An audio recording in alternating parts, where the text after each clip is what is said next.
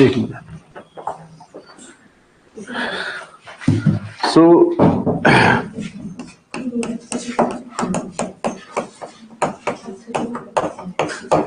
Last topic था mangroves, और mangroves में हमने देखा था कि these are halophytes, right.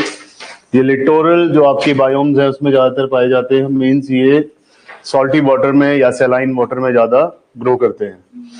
Also इनमें अगर हम देखें तो ये tropical and sub tropical regions में ज्यादा पाए जाते हैं।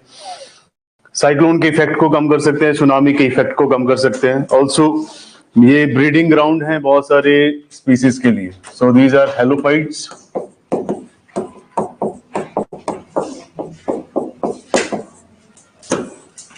Tropical and sub tropical area में ज्यादातर पाए जाते हैं।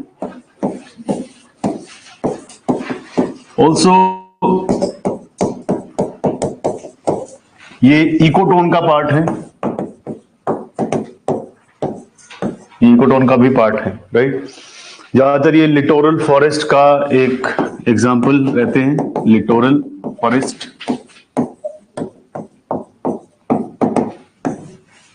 Saline water.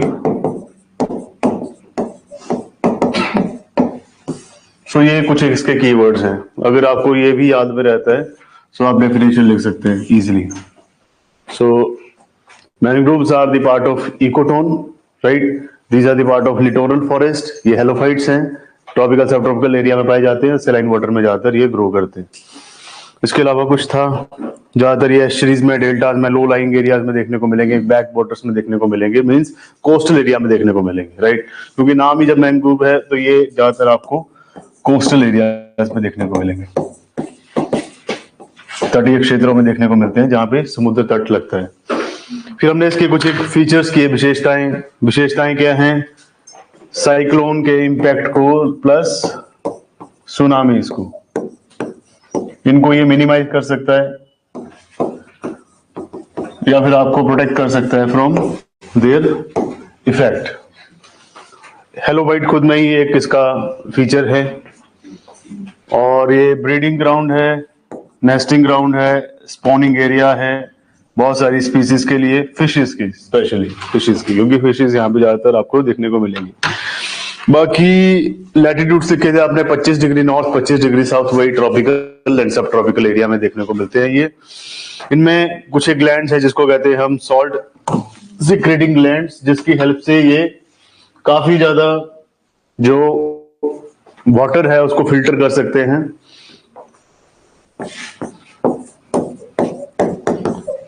Salt secreting glands. CSAT की क्लास नहीं है आपकी? मास्टरी की क्लास है। लीव्स इसकी थिक होती हैं, है ना, और वेजिटेशन को ज्यादातर ये जहां पे भी इसकी वेजिटेशन पाई जाती है ज्यादा से ज्यादा वाटर लॉस करते हैं, राइट, क्योंकि ये इनमें सैलिनिटी ज्यादा है। बाकी और कुछ है, यही चीजें थी। फिर आपने देखा कि मैंग्रोव्स भारत में कहाँ पाए जाते हैं। सो भारत के टोटल जो आपका लैंड एरिया है, उस लैंड एरिया का लगभग 3.5% जो एरिया है वो पूरा का पूरा मैंग्रोव फॉरेस्ट के अंडर ही आता है। फिर हमने देखा, हाँ जी, अच्छा वर्ल्ड का 3%, हाँ वर्ल्ड का 3.5% है, मैं इंडिया का कह रहा। फिर नेक्स्ट इसमें हमने देखा कि ये दोनों भारत के दोनों तट पे, दोनों कोस्ट पे, चाहे वो वेस्ट कोस्ट है, ईस्ट कोस्ट है, वहां पे अलग अलग क्षेत्रों में ये मैंग्रोव फॉरेस्ट पाए जाते हैं। इसमें से हमने फर्स्ट देखा ईस्ट कोस्ट से स्टार्ट किया हमने, ईस्ट कोस्ट से हमने जब ईस्ट से स्टार्ट किया था, हाँ ईस्ट कोस्ट से जब हमने स्टार्ट किया था, और उसमें नॉर्दर्न मोस्ट पॉइंट देखा जो कि सुंदरबंस वेस्ट बंगाल है। फिर आपने उड़ीसा का भीतरकनिका लिखा, देन गोदावरी कृष्णा डेल्टा आंध्र प्रदेश, पीचावरम और वेदा अरण्यम जो कि तमिलनाडु में है, तो वहां पे आपको ये मैंग्रोव फॉरेस्ट देखने को मिलेंगे। देन वेस्ट कोस्ट पे अगर हम देखें तो वेस्ट कोस्ट में ये स्टार्ट होता है फ्रॉम महाराष्ट्र, गोवा एंड कर्नाटका के जो क्रीक एरियाज हैं और जहां पे एस्चुरीज ये बनाता है। ज्यादातर ये स्क्रबी या डिग्रेडेड फॉर्म में आपको देखने को मिलेगा, क्योंकि वहां पे ऐसा इतना ज्यादा डेंस मैंग्रोव फॉरेस्ट नहीं देखने को मिलता है। वेस्ट कोस्ट में अगर हम देखें तो केरला में भी बहुत ज्यादा आपको मैंग्रोव फॉरेस्ट देखने को मिलेगा, बट बट ये ज्यादातर वहां पे स्पार्स मतलब बहुत फैला हुआ देखने को मिलेगा अलग अलग जगह पे, और काफी थिन टाइप का यहाँ पे फॉरेस्ट देखने को मिलेगा। एंड गुजरात के मैंग्रोव्स में स्पेशली अगर आप बात करें गल्फ ऑफ कच्छ या फिर कोरी क्रीक, वहां पे आपको ये देखने को मिलेगा। सो मैंग्रोव डिस्ट्रीब्यूशन हमने कल ये लिखा था। इंपॉर्टेंस क्या है मैंग्रोव्स के बारे में, लिखा था आपने इंपॉर्टेंस? ओनली प्लेसेस लिखे थे। तो अभी आप लिखिए इंपॉर्टेंस ऑफ मैंग्रोव्स। मैंग्रोव्स की क्या महत्वता है या क्यों महत्वपूर्ण है मैंग्रोव फॉरेस्ट। पीडीएफ बहुत जल्दी मिलेगी, बहुत ही जल्दी। हरमनप्रीत सिंह, बहुत जल्दी पीडीएफ मिलने वाली है। आज बायोम कर लीजिए, कल बायोम कर लीजिए, देन मोस्टली चांसेस ऐसे हैं कि संडे तक, संडे नहीं मिलता है तो ट्यूसडे तक आपको मैं नेक्स्ट लेक्चर से पहले पीडीएफ में दे दूंगा आपको पीपीटी, और पीपीटी यहाँ पे डिस्कस भी कर लेंगे हम, राइट। सो अभी तक जितना भी कॉलेज हुआ है उसको रिवाइज भी कर लेंगे। सो फर्स्ट लिखिए आप इसमें इंपॉर्टेंस क्या है, क्योंकि आपने मैंग्रोव्स के बारे में सारे की सारी जानकारी ली, पूरा का पूरा इंफॉर्मेशन लिखा, सो अब इसका कुछ ना कुछ इंपॉर्टेंस होगा। दैट इज वाई गवर्नमेंट भी इसके ऊपर इनिशिएटिव चला रही है, और हम भी इसे एग्जाम के लिए पढ़ रहे हैं, क्योंकि एग्जाम में ऐसी चीजें पूछी जाती है जो कि एनवायरमेंट इकोलॉजी का मेन पार्ट है। सो कुछ एक इसके इंपॉर्टेंट पॉइंट्स हैं जो कि आपको नोट डाउन करने हैं। मिनिमम आप जब भी एग्जाम के लिए लिख रहे हैं कुछ भी पेपर में तो 5 पॉइंट्स होने चाहिए, मिनिमम 5, और उससे भी मिनिमम अगर आपको लिखने तो 3 पॉइंट तो लिखने हैं, 5 तो मिनिमम होता है। सो इंपॉर्टेंस क्या है आप लिखिए मैंग्रोव सर्विसेज। मैंग्रोव सर्विसेज,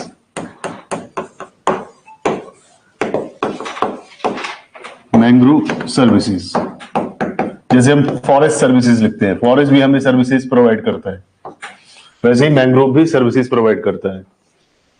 जैसे कि फूड एंड वाटर लिखिए इसमें आगे, food and water, food and water, food and water. दूसरा regulation of coastline, regulation of coastline. Food and water किसके लिए? फ्लोरा फाउना के लिए, also for humans. So regulation of coastline, इसमें लिखिए disaster risk reduction, disaster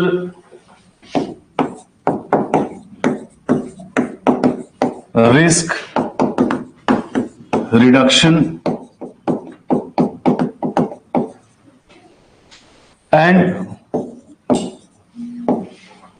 and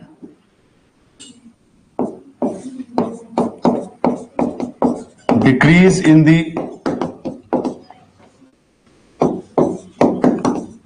diseases level, decrease in the diseases levels. So ये regulation कैसे करता है कोस्टलाइन का? रेगुलेशन का काम क्या है कि जितना से ज्यादा जितना हो सके ये डिजास्टर को रिस्क, जो डिजास्टर के साथ जो रिस्क एसोसिएटेड है उसको रिड्यूस करता है। सो ये आपदा के साथ जितना भी आपको यहाँ पे प्रॉब्लम हो सकता है उसको रिड्यूस करने का काम करता है।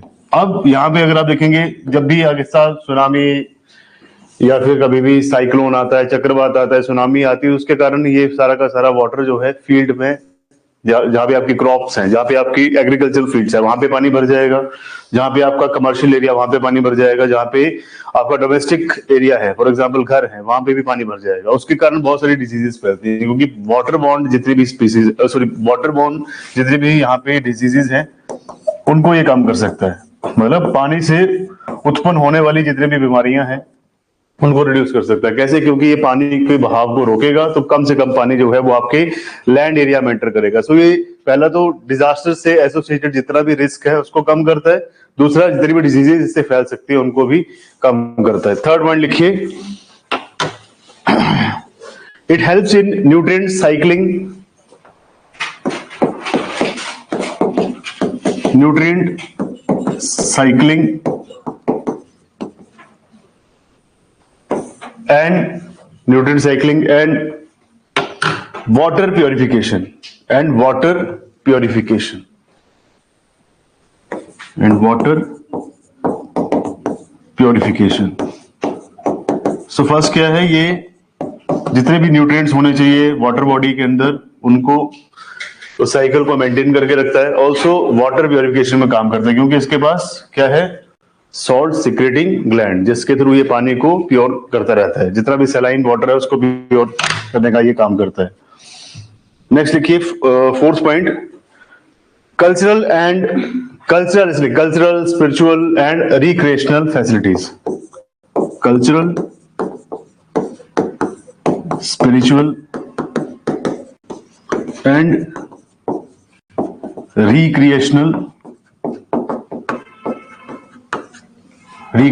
एक्टिविटीज। यहां पे सांस्कृतिक तरीके से, धार्मिक तरीके से और कुछ एक एडवेंचर स्पोर्ट्स के तरीके से लोग इसके साथ जुड़े हुए हैं, राइट। तो कोरल्स को इसलिए भी हमारा, फॉर एग्जांपल मैंने आपको कल पिक्चर दिखाई थी कि चारों तरफ डेंस फॉरेस्ट है, राइट। अब वहां पे उस डेंस फॉरेस्ट में बहुत सारे लोग जो हैं उन्हीं फॉरेस्ट के बीच में कहीं ना कहीं माता या कोई नाग देवता उसकी पूजा करते हैं, स्पिरिचुअलिटी को भी बीच में जोड़ते हैं, बहुत सारे फैक्टर्स हैं, राइट। साथ साथ में रिक्रिएशनल एक्टिविटीज का मतलब क्या है कि उस एरिया में लोग जो है घूमने के लिए जाते हैं। फॉर एग्जाम्पल अगर आप यूपीएससी क्लियर करते हैं, है ना, पीसीएस तो आपने करना ही है, उतना तो मेरे को पता ही है ना। बट अगर आप यूपीएससी क्लियर करते हैं देन आपको भारत दर्शन के लिए भेजा जाएगा। भारत दर्शन जब करने जाएंगे तो आपको सुंदरवन दिखाया जाता है। तो उन जंगलों के बीच में से रिक्रिएशनल एक्टिविटी क्या होगी कि आपने कभी जंगल देखे नहीं, तो आपके लिए ये एक ऐसे रिक्रिएशनल एक्टिविटी एडवेंचर है कि ऐसे भी फॉरेस्ट हो सकते हैं, मतलब एक साइड से निकल रहे हैं दूसरी साइड से फिर फॉरेस्ट आ जा रहा है और आप रास्ता भी भूल सकते हैं, बट वहां पे जो लोकल्स हैं वो आपको गाइड करेंगे। So that is why cultural, spiritual and recreational activities यहाँ पे बहुत सारी इसके साथ जुड़ी हुई है। आगे लिखिए इको टूरिज्म। इको टूरिज्म, ये थोड़ा सा पार्ट आपको ब्रॉडली लिखना पड़ेगा। इको टूरिज्म मतलब इकोलॉजिकल टूरिज्म, इकोलॉजी को बचाना भी है और इकोलॉजी को आपने टूरिज्म की तरह भी यूज करना है। सर मॉक टेस्ट केड़े दिन होंगे हैं? मॉक टेस्ट कल ही होके हटा है, क्लास टेस्ट बोलते हैं जिसे हम। बाकी दूसरे जो मॉक टेस्ट चलेंगे वो होंगे आपके अलग प्रकार के मॉक टेस्ट, है ना। मॉक टेस्ट का मतलब मॉक टेस्ट होता है, क्लास टेस्ट का मतलब क्लास टेस्ट होता है। मॉक टेस्ट का मतलब होता है जहां पे फॉर एग्जांपल सारी एनवायरनमेंट खत्म होगी, एनवायरनमेंट के ही 100 क्वेश्चन, है ना, उसके कहेंगे sectional test, sectional mock test. तो जब सारे सब्जेक्ट खत्म हो गए उसके बाद होता है फुल लेंथ टेस्ट, है ना, जिसमें एनवायरनमेंट भी आएगा, हिस्ट्री भी आएगा, ज्योग्राफी भी आएगा, है ना, साइंस भी आएगा, हिस्ट्री भी आएगा, जितने भी सब्जेक्ट आप पढ़ रहे हैं सारे के सारे कंबाइंड आएंगे जीएस के टेस्ट की तरह, तो उसे कहेंगे फुल लेंथ टेस्ट। तो सेक्शनल टेस्ट देखते हैं, जब सिलेबस खत्म होगा उसके बाद सेक्शनल टेस्ट ले लेंगे आपका, उसे कहेंगे मॉक टेस्ट। बाकी क्लास टेस्ट चल रहे हैं उनको साथ साथ में देते रहिए। इको टूरिज्म, जहां पे आप इकोलॉजी को यूज कर रहे हैं टूरिज्म के लिए, है ना, यहाँ पे आप पारिस्थितिक तंत्र का यूज कर रहे हैं। टूरिज्म को क्या कहते हैं? पर्यटन बढ़ाने के लिए, है ना, पर्यटक या पर्यटन बढ़ाने के लिए। सो इको टूरिज्म में आप लिखिए mangroves have many young fishes. Mangroves have many young fishes.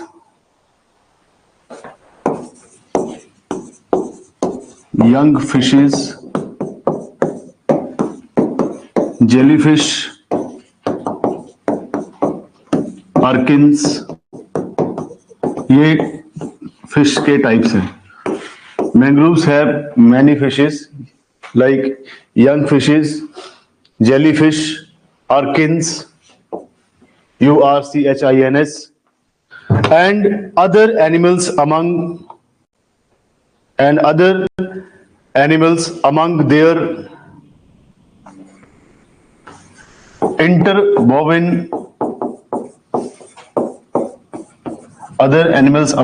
interwoven roots,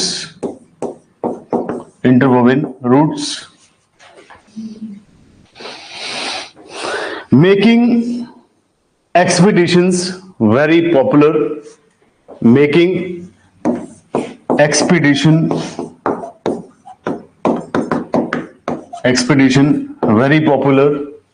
expedition very popular, full stop. Ecotourism in mangrove areas, ecotourism in mangrove areas, ecotourism in mangrove areas is a growing industry, is a growing industry. Ecotourism in mangrove area is a growing industry with great potential, with great potential, with great potential, इतना लिखिए, with great potential. तो simple eco tourism कैसे, यहां पे आप देखेंगे तो young fishes, jelly fishes या फिर अर्किन जो हैं, ये तीनों प्रजातियां ज्यादातर जहां पे पेड़ है, पेड़ की जड़ों के नीचे छुपी होती हैं, राइट. तो जो इनको फिशिंग करनी है उनके लिए एक एडवेंचर है, उनको मजा आ रहा है इनको पकड़ने में, जो कि गलत बात है, but still they are like कि इको टूरिज्म में आपको अगर जेलीफिश देखनी है तो जेलीफिश ज्यादातर जो, फॉर एग्जांपल कल मैंने आपको ट्री दिखाया तो इसकी जो जड़ें हैं वो आड़ी टेढ़ी होती है, जैसे एक दूसरे के साथ जुड़ी हुई है ना, जैसे उनको बुना गया है, हाँ इंटेंगल्ड है.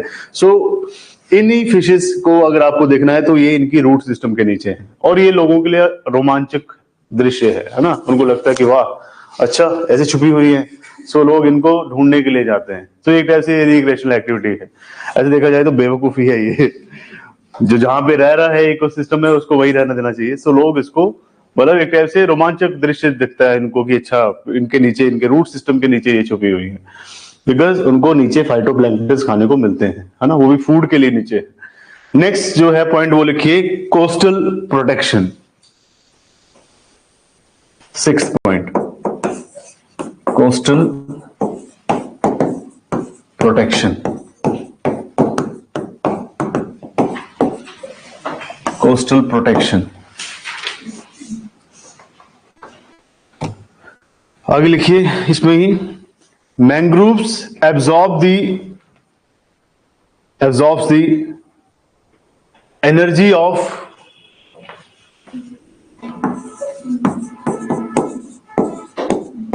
mangroves absorb the energy of sea waves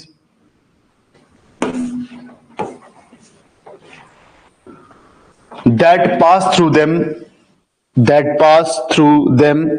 Mangrove absorb the energy of sea waves that pass through them, which means they are highly effective,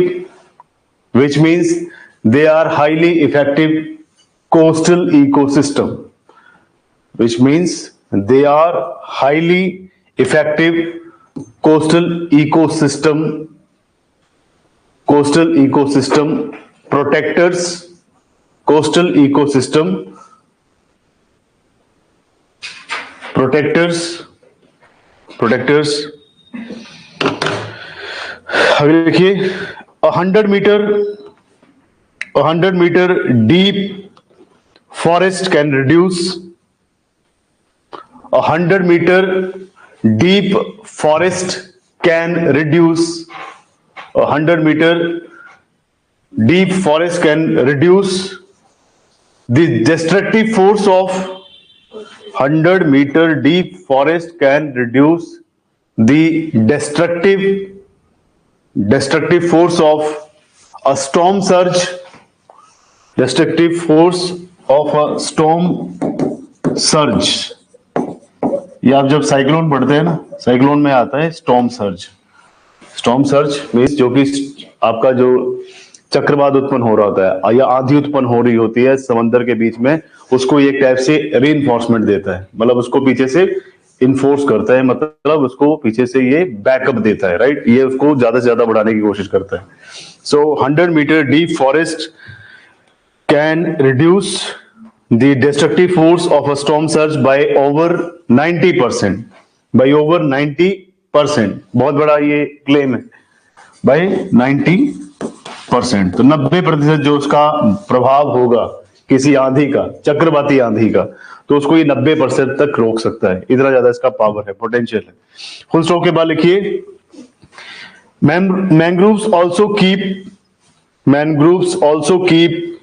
groundwater fresh. Mangroves also keep groundwater ground water fresh and protect the agricultural fields. Mangroves also keep groundwater fresh and protects the agricultural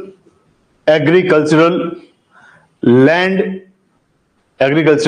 or field from salination.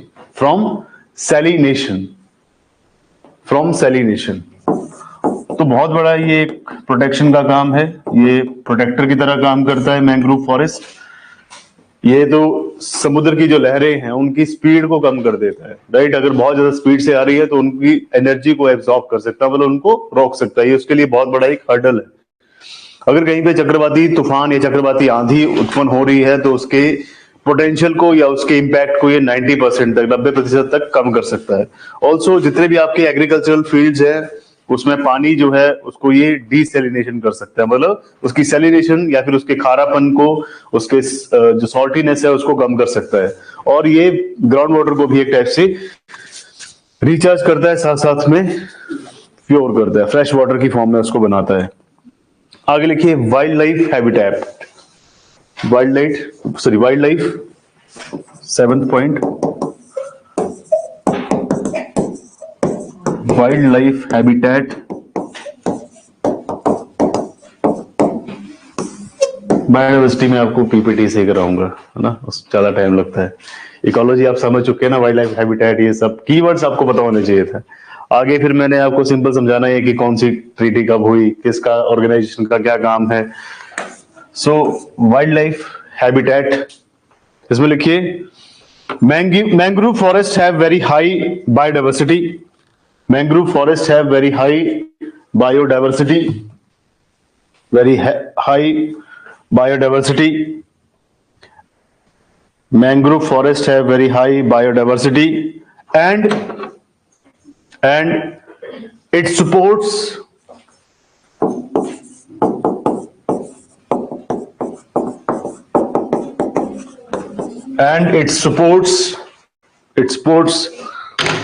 many threatened and endangered species. Many threatened and endangered species. So ये threatened, खतरे से संभावित, है ना, जिनके ऊपर खतरा संभावित है, जिनके ऊपर खतरा मंडरा रहा है। दूसरा एंडेंजर्ड स्पीसीज, जो कि विलुप्त हो सकती हैं, है ना। खतरा दोनों के ऊपर ही है। थ्रेटेंड मींस थोड़ा सा थ्रेट है, बट एंडेंजर्ड मींस क्रिटिकली भी हो सकती है ना। सो हम देखेंगे इनको लेटर ऑन कि कौन कौन सी कैटेगरी में डाला गया है। सो ये बायोडाइवर्सिटी को तो यहाँ पे अकोमोडेट करता है, साथ साथ में ये मैक्सिमम थ्रेटेंड और एंडेंजर्ड स्पीसीज को भी यहाँ पे सपोर्ट करता है, such as royal Bengal tiger, fishing cat,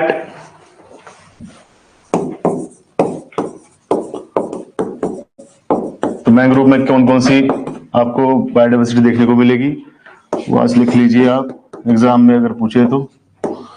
royal Bengal tiger, fishing cats,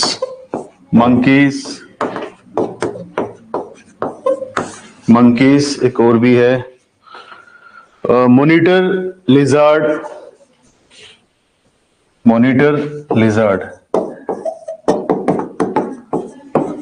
तो छिपकलियों की मॉनिटर नहीं है ये, इसका नाम है monitor lizard etcetera, and hundreds of birds species with their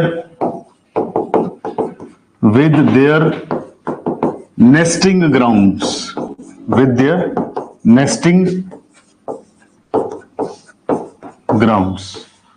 तो यहाँ पे सैकड़ों ही प्रकार के पक्षी पाए जाते हैं और यहाँ पे ये अपना नेस्टिंग ग्राउंड भी बनाते हैं, मतलब यहाँ पे ये एग ले करते हैं। सो ये आपका बायोडाइवर्सिटी है जो कि वाइल्ड लाइफ हैबिटेट या फिर आप कह सकते हैं वन्य जीव आवास स्थान, जो कि मैंग्रोव फॉरेस्ट इनको सपोर्ट करता है। सो यहाँ पे थ्रेटन स्पीसीज भी है, एंडेंजर स्पीसीज भी है, स्पीसीज के साथ साथ में बायोडाइवर्सिटी हाई है, साथ साथ में स्पीसीज के नाम आपने लिख लिए। यहाँ पे 100 ऑफ वर्ड्स की आपको प्रजातियां देखने को मिलेगी पक्षियों की। लास्ट लिखिए 1.78 लिखिए, carbon store. Carbon store 8th है, राइट? कार्बन स्टोर्स, तो ये कार्बन का एक टाइप से स्टोर भी है। कैसे बताइए? कार्बन सिक्वेस्ट्रेशन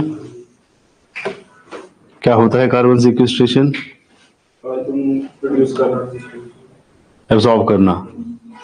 सो इसमें लिखिए, most of the mangrove forest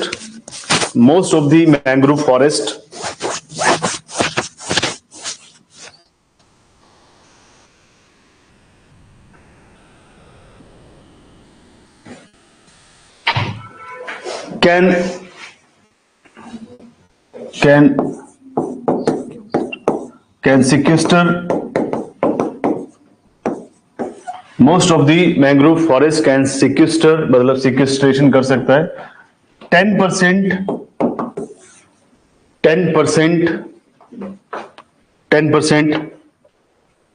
of the carbon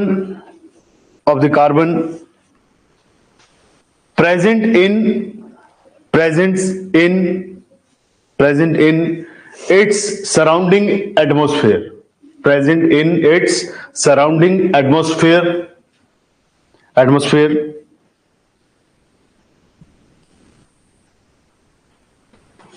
एक पॉइंट और लिखिए,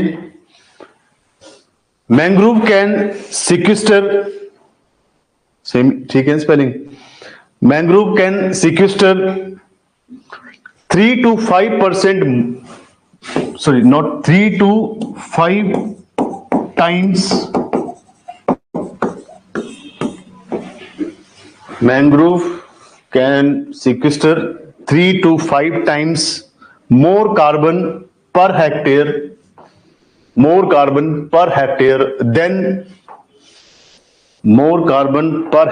than tropical rainforest.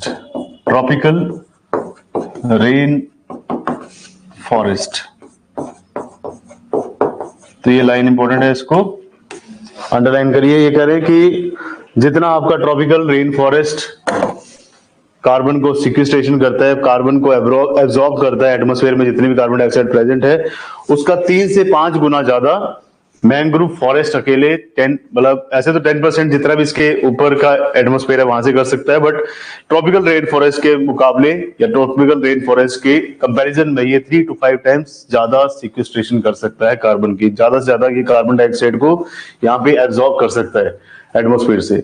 So means ये कार्बन को स्टोर करने का काम करता है, कार्बन को सिंक करने का काम करता है, राइट? ताकि आपके एटमॉस्फेयर में जो कार्बन डाइऑक्साइड की मात्रा है वो बढ़े ना। अगर वो बढ़ेगी तो आपकी ग्लोबल वार्मिंग स्टार्ट हो जाएगी, और ग्लोबल वार्मिंग क्लाइमेट चेंज के इम्पैक्ट मैंने आपको बताए हैं, है ना? आपको सारे पॉइंट्स याद हैं एज सच, मुझे जितना फील हो रहा है ना। आप मुझे बताइए, ग्लोबल वार्मिंग के इम्पैक्ट आपने मुझे बताने हैं। बहुत टाइम से चल रहा है ये, आज लगभग 14-15 लेक्चर हो गए, 15 लेक्चर हो चुके हैं। मुझे आपने एक एक पॉइंट गिराना, 5 पॉइंट्स। सबसे पहले melting of the ice caps and glaciers, है ना? जब भी ग्लोबल वार्मिंग स्टार्ट हो जाएगी तो एनुअल टेम्परेचर जो है, एनुअल आपका एवरेज टेम्परेचर जो है अर्थ का, वो बढ़ जाएगा।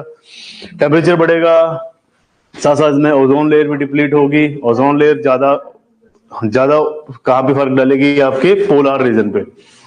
मैं इग्नोर नहीं कर रहा हूँ, परेशान हो रहे। नहीं, हाँ, दूसरा rise in the sea level, पूरी बर्फ पिघलने के बाद अल्टीमेटली ओशन में जाएगी। तो मैं आपको कहा है कि आपके घर के सीवेज के पानी से लेके, आपके गली मोहल्ले के नाले से लेके सारा का सारा पानी ओशन में जा रहा है ना? इस चीज को हमेशा याद रखना। जहां पे अपने माइक्रोबीट्स या माइक्रोप्लास्टिक पढ़ा था, वहां पे मैंने आपको यही समझाने की कोशिश की थी कि अगर आप टूथपेस्ट यूज कर रहे हैं, अगर आप ट्राइक्लोसिन यूज कर रहे हैं, पैराबेन्स यूज कर रहे हैं, अल्टीमेटली वो समंदर में ही जाएगा। ये कई बार मजाकिया बात लगती है, कहाँ वे ऑफ बंगाल है ना, यहाँ से वे ऑफ बंगाल का अगर आप डिस्टेंस लेके चले तो लगभग 2500 किलोमीटर है, वो पहुंचेगा वो पानी, आपको नहीं पता पर पहुंच रहा है, राइट। सो इसी तरह से अगर हम देखें तो ग्लोबल वार्मिंग में क्या होगा, पोलार रीजन बहुत दूर है, समंदर में जाके पानी डालेंगे, सारा का सारा पानी भरता जाएगा। दूसरा पॉइंट बन गया आपका rise in the sea level, दूसरा इंपैक्ट जो होगा, rise in the sea level मतलब कुछ एक है आइलैंड कंट्रीज, कुछ एक जो कि कोस्टल एरियाज है, वो सारे के सारे सबमर्ज हो जाएंगे, सबके सब डूब जाएंगे। तीसरा पॉइंट, 2 पॉइंट हो गए हैं। पहला इम्पैक्ट था आइस का पिघलना या स्नो, जितने भी आपके ग्लेशियर्स हैं उनका पिघलना। दूसरा rise in the sea level. तीसरा ओजोन डिप्लीशन उसी में कर दिया। चलो तीसरा पॉइंट ले लेते हैं, इसको कंसीडर कर लिया कंसीडर कर सकते हैं क्योंकि वो एक्चुअल में करेगा इम्पैक्ट, है ना। तो ओजोन लेयर के साथ में स्किन कैंसर, है ना, ये लिख सकते हैं आप, क्योंकि डायरेक्ट यूवी रेज आएंगी तो फिर सनस्क्रीन लोशन भी काम नहीं करेगा, है ना। 3 पॉइंट हो गए। चौथा पॉइंट, जी सर, कोस्टल रीजन ਦੇ ਵਿੱਚ पॉपुलेशन होगी वो डिस्प्लेस हो जाएगी। हाँ कह सकते हैं, माइग्रेट हो जाएगी, माइग्रेशन हो जाएगा पॉपुलेशन। चलो ये भी मान लिया। 5th पॉइंट, हाँ मैक्सिमम यही है, कोस्टल एरिया में प्रॉब्लम हो जाएगी। 5th पॉइंट, एशिया की साइड देखिए तो उधर ज्यादातर डूब ही जाएंगी। हाँ मैक्सिमम फिलीपींस, इंडोनेशिया, मलेशिया सब डूब जाएगा। अब लास्ट पॉइंट बताइए, 5th पॉइंट। ये पॉइंट वैसे जायज नहीं थे, इसमें 2 ही पॉइंट जायज है, एक है आपका फर्स्ट पॉइंट और सेकंड पॉइंट, बाकी पॉइंट जायज नहीं थे, और फिर भी मैंने कंसीडर किया कि चलो मार्क्स मिल जाएंगे। Last point, climate change in the sense होगा होगा वो इसलिए तो ग्लोबल वार्मिंग है। जो इक्वेटर वाले एरियाज हैं उसके आसपास के एरियाज जैसे अफ्रीका हो गया, तो वहां पे नहीं, पॉइंट आपने बोला पर आप थोड़ा सा उससे वो आगे पीछे हो गए। मैंने बोला कि एनुअल टेम्परेचर बढ़ेगा, उससे क्या होगा, रेनफॉल हाँ रेनफॉल पैटर्न चेंज होगा। रेनफॉल पैटर्न चेंज होगा तो धीरे धीरे आपका एग्रीकल्चर के ऊपर इम्पैक्ट पड़ेगा, एग्रीकल्चर के ऊपर इम्पैक्ट पड़ेगा तो इकोनॉमी जो है वो खराब हो जाएगी, साथ साथ में वो स्टारवेशन की तरफ लेके जाएगा, भूखमरी, है ना, भूखमरी जिसे कहते हैं। सो आपकी क्रॉप्स भी डिस्ट्रॉय हो जाएंगी, क्योंकि जितना टाइम के लिए रेनफॉल होना चाहिए उतना रेनफॉल नहीं हो रहा है, जितनी सर्दी पड़नी चाहिए उतनी सर्दी नहीं पड़ रही है ना, धुंध नहीं पड़ रही है, बाहर धूप पड़ रही है डेली, सर्दी में मार्च जैसा महीना लग रहा है, धूप में बैठ जाओ तो टी शर्ट में बैठने का दिल करता है ना। सो उसको कहेंगे आप प्रॉपर रेनफॉल पैटर्न में चेंज है, this is climate change. Climate change आपने सही पॉइंट बोला। क्लाइमेट चेंज को हमेशा आपने ऐसे लिखना है कि क्लाइमेट का मतलब होता है किसी एरिया के मौसम का 10 साल का अनुमान, है ना, 10 साल तक वहां पे कैसा वेदर था, कैसे वेदर पैटर्न चेंज हो रहा है, मतलब 2020 से लेके 2030 तक आपके पूरे इंडिया में क्या बदलाव हो रहे हैं। फॉर एग्जाम्पल पंजाब में पहले कितने टाइम तक सर्दी पड़ रही थी, कितने समय तक बारिश हो रही थी, अब सूखा कितना ज्यादा पड़ रहा है। आप देख रहे होंगे कि लास्ट अगस्त से लेके अभी तक बारिश का नामो निशान नहीं है। वैसी बारिश नहीं पड़ी जैसी बारिश पड़ती है, कि बारिश स्टार्ट हो गई तो 2-3 दिन तक बारिश हो रही है, यहाँ पे 2 घंटे बारिश नहीं दिख रही है। सो उसका मतलब क्या है कि ग्राउंड वाटर रिचार्ज नहीं हो रहा है, और ज्यादा डाउन जाते जाएंगे, और ज्यादा डाउन जाते जाएंगे, आर्सेनिक पोल्यूशन होना शुरू हो जाएगा, क्योंकि फ्लोराइड साथ साथ में आ जाएंगे, क्योंकि नीचे हैवी मेटल्स हैं। सो इससे आप ये लिख सकते हैं कि क्लाइमेट चेंज का सबसे जो एडवर्स इफेक्ट है दैट इज आपका एग्रीकल्चरल फील्ड खत्म, है ना। और एग्रीकल्चर फील्ड खत्म तो इकोनॉमिक्स या इकोनॉमिक आपका जो बैकग्राउंड है वो डाउन। क्यों? क्योंकि इंडिया में एग्रीकल्चर इज नॉट 60%, 59% हो गया, अभी 11% रिड्यूस हो चुका है। 60%, आप लोग कहते हैं ना कि हमारे देश की 60% आबादी, ये 60% थी 2005-6 में, अभी 11% जो किसान है वो किसानी छोड़ चुके हैं। 59% जो है अभी इंडिया में लोग, 49% लोग जो है इंडिया में एग्रीकल्चर करते हैं, तो 50% से लेस हो चुकी पॉपुलेशन। अभी 39 जाएगा। फॉर एग्जाम्पल कल मैंने एक मीम देखा, है ना, एक है किसान चैनल है, किसान, उस पे इंस्टाग्राम पे ये पूरे के पूरे इंडिया में जितने भी, जैसे मैंने आपको बताया था वर्टिकल फार्मिंग में, जहां वर्टिकल फार्मिंग का मतलब क्या है, बेलों के थ्रू, जैसे आप फलियां उगा रहे हैं, मटर उगा रहे हैं। दूसरा मैंने हाइड्रोपोनिक्स बताया था, एक एरोपोनिक्स है, जिसमें एरोपोनिक्स मीन जहां पे पौधे हवा में लगाए जा रहे हैं, हवा इन द सेंस मिट्टी यूज नहीं की जा रही है ना। राइट। देखना ये सब कुछ, अभी मैं आपको एग्रीकल्चर नहीं पढ़ा रहा, बस सिंपल मतलब उसमें सारी टेक्निक बताता है वो कि आप फार्म कैसा लगा सकते हैं, कितना खर्चा हो सकता है। तो ये बहुत ज्यादा किसानी को या फिर फार्मर्स को जो है सपोर्ट करते हैं, है ना। यूट्यूब पे भी बहुत सारे फैंस हैं इनके, बहुत लंबा इनका फैन फॉलोइंग है, मिलियंस में चलते हैं। तो ये जितने भी नई टेक्निक्स हैं एग्रीकल्चर में जो आ सकती हैं, तो उन्होंने एक मीम बनाया था कि एआई और एक ब्लॉकचेन और एक और लिखा था उन्होंने, एआई ब्लॉकचेन मतलब जितनी भी आपकी टेक्नोलॉजी है, it can replace humans but not agriculture, है ना। जितने भी ह्यूमंस की जॉब्स हैं उनको आप रिप्लेस कर सकते हैं, बट आपका जो फार्मिंग है उसको कोई भी टेक्नोलॉजी नहीं कर सकती। फॉर एग्जाम्पल रोबोट बना लीजिए, रोबोट उस टाइम तक ही जो आपने फिक्स करके रखा है वही काम करेगा, बट इंसान को पता है कौन से टाइम पे क्या करना है। अगर आपने रोबोट को लगा रखा कि बीजना है खेत को, वो खेत ही बीजता रहेगा, फिर उसको ये नहीं पता होगा अपना एरिया कितना है, तो दूसरे का भी खेत बीज देगा, राइट। तो इसलिए उन्होंने कहा कि एआई और ब्लॉकचेन ये हर किसी को रिप्लेस कर सकती है, बट नॉट एग्रीकल्चर। एग्रीकल्चर के लिए ह्यूमंस को ही जाना पड़ेगा। सो इसलिए इसमें एक टाइप से उन्होंने ये मीम मिस करके बना रखा था कि सो दैट जो लोग छोड़ रहे हैं फार्मिंग उनका थोड़ा ध्यान जाए। फिर उन्होंने दिखाया कि फार्मिंग में लोग कितना कमा रहे हैं। मतलब ये जो बातें हैं जैसा हाइड्रोपोनिक्स, एरोपोनिक्स, ये बातें मैं ज्यादा बोलता नहीं हूँ जो नॉर्मल किसान है उनके सामने। क्यों? क्योंकि सबसे प्रॉब्लम बड़ी क्या है? इन्वेस्टमेंट। ये वही बंदा कर सकता है जिसके पास 10-15 करोड़ रुपया सिर्फ और सिर्फ इन्वेस्ट करने के लिए। तो आईआईटीएन ये काम कर रहे हैं, है ना। और ये इस तरह से काम कर रहे हैं कि इनको प्रॉब्लम नहीं आती है। इन्होंने 10-15 करोड़ लगा रखा है, तो ये टेस्टिंग करा लेते हैं, सब जगह से लाइसेंसिंग ले लेते हैं। इनकी शिमला मिर्च सीधी डोमिनोज जाती है, सब्जी मंडी नहीं जाती जैसे बाकियों की जा रही है, क्योंकि इनका प्रोडक्ट वैसा है ना। इनकी जो हरी, पीली और जो लाल शिमला मिर्च आती है वो सारी की सारी डोमिनोज में जाती है या बड़े बड़े रेस्टोरेंट में जाती है, तो इनको पैसा भी अच्छा मिलता है। और नॉर्मल किसान जो है उसकी मंडी में जाती है ना। जहां पे ये 200 रुपए की बेच रहा है वहां पे 20 रुपए की बिकेगी। आड़ती तो उसको 5 रुपए की भी किलो बेच देता है। तो ये प्रॉब्लम है। सो इसीलिए बहुत सारे ऐसे मीम बनाए जाते हैं कि किसानी को बचाया जाए, बट क्लाइमेट चेंज के कारण सारा का सारा इम्पैक्ट पड़ेगा आपके एग्रीकल्चर के ऊपर। मतलब ऐसा टाइम आने वाला है कि जब आपके पास इंटरनेट, हाई फाई क्वालिटीज, आपके पास सेंसर बेस्ड सिस्टम होगा, बट खाना नहीं मिलेगा। दूसरा, वाटर के लिए कई बार लोग कहते हैं कि फ्रेश वाटर के पीछे थर्ड वर्ल्ड वॉर होगी। ये मतलब एक टाइप से इनका खुद का अनुमान है कि हो सकता है। बहुत सारी पिक्चर्स ऐसी बन चुकी हैं जहां पे दिखाया गया है कि कोई राजा है, उसने पानी सारा कंट्रोल करके रखा है, लोगों को पानी मिल नहीं रहा है। बहुत सारी मूवीज बनाई जा रही है। मैड मैक्स देखिए, मैड मैक्स, है ना। मैड मैक्स में यही है कहानी कि वाटर जो है उसने रोक के रखा है, और रियलिटी है वो कि पानी नहीं मिलेगा। मैड मैक्स में देखने लगे। हाँ जी, कनाडा वर्ल्ड लीडर होगा फ्रेश वाटर। हाँ, जिनके पास ज्यादा फ्रेश वाटर है, जिनके पास आर्कटिक रीजन है या जिनके पास अंटार्कटिक है। इंडिया के पास भी है हिमालय, बट हिमालय बचेगा नहीं जिस हिसाब से हो रहा है, क्योंकि रेनफॉल पैटर्न खत्म हो जाएगा। इस बार बर्फ ही कहां पड़ी है, स्नोफॉल हुआ ही नहीं है सच।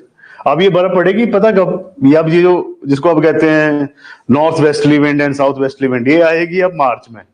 अब मार्च में जो बर्फ पड़ती है वो ज्यादा टिकती नहीं है। बर्फ पड़नी चाहिए दिसंबर में। दिसंबर में जो बर्फ पड़ेगी वो लॉन्ग टर्म तक शेल्फ लाइफ होगी। अब मार्च में बर्फ पड़ेगी तो टिकेगी नहीं, क्योंकि उस टाइम पे धूप भी वैसी होगी, एंड देन खत्म, कहानी खत्म। तो फिर कोल्ड डेजर्ट बन जाएगा ये, right.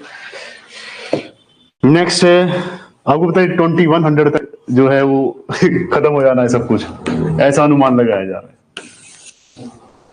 Year 2000 club of Rome, उन्होंने कहा कि साल 2021, सॉरी 2000 नहीं, 2100, साल 2100 तक सब एंड हो जाएगा। मैं कहता हूँ 2050, ज्यादा दूर नहीं है 2050।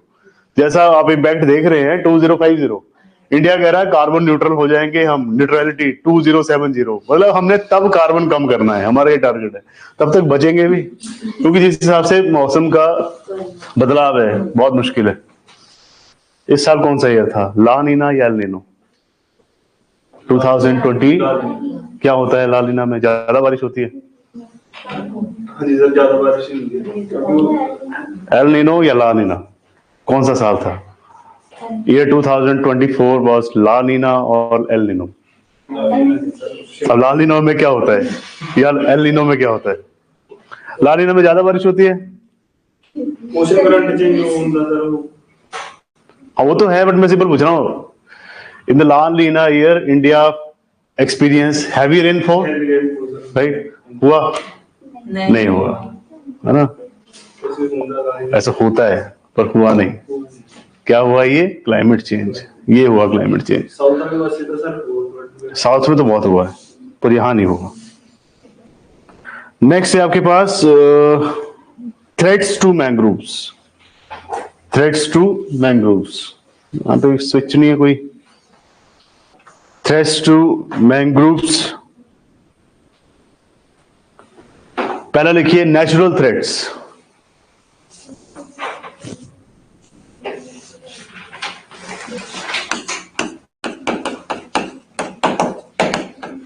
Threats to mangroves,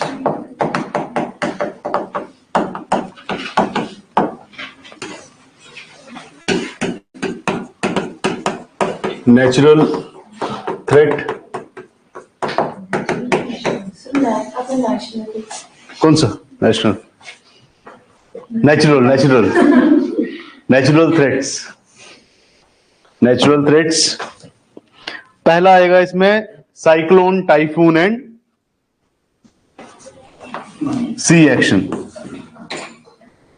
cyclone, tsunami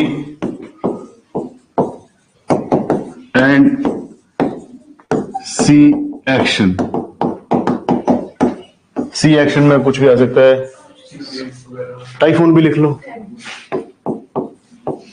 typhoon नहीं छोड़ रहा लो, टाइफून भी है, हरिकेन मत लिखना, टाइफून। दूसरा trampling and overgrazing by wild life and life stock. Trampling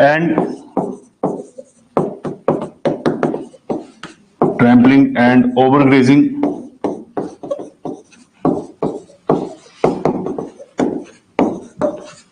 by wildlife and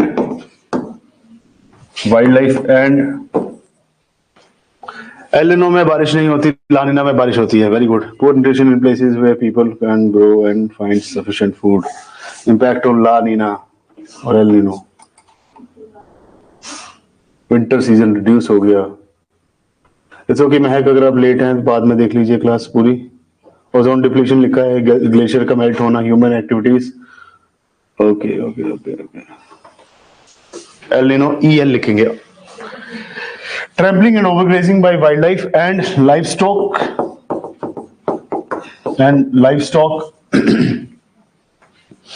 close to mangrove regions. Close to mangrove region. Close to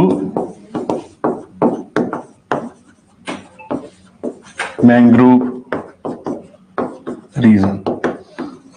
simply इसमें कह रहे हैं कि यहां पे अगर आप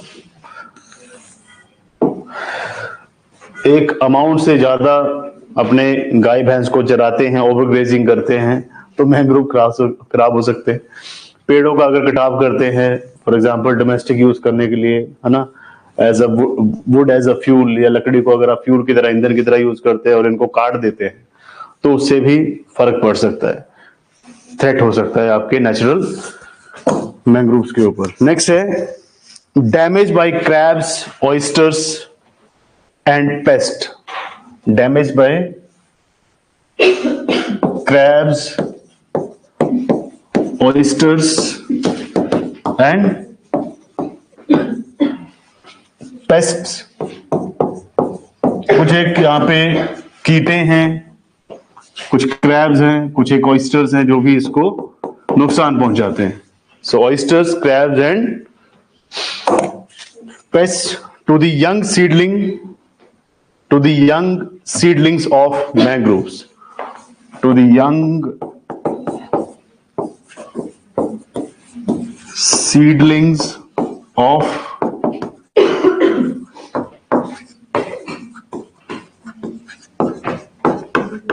मैंग्रोव्स। तो जितने भी नए पौधे लगाए जाते हैं मैंग्रोव के, उनको ये क्रैब्स, क्रैब क्या होता है? केकड़ा।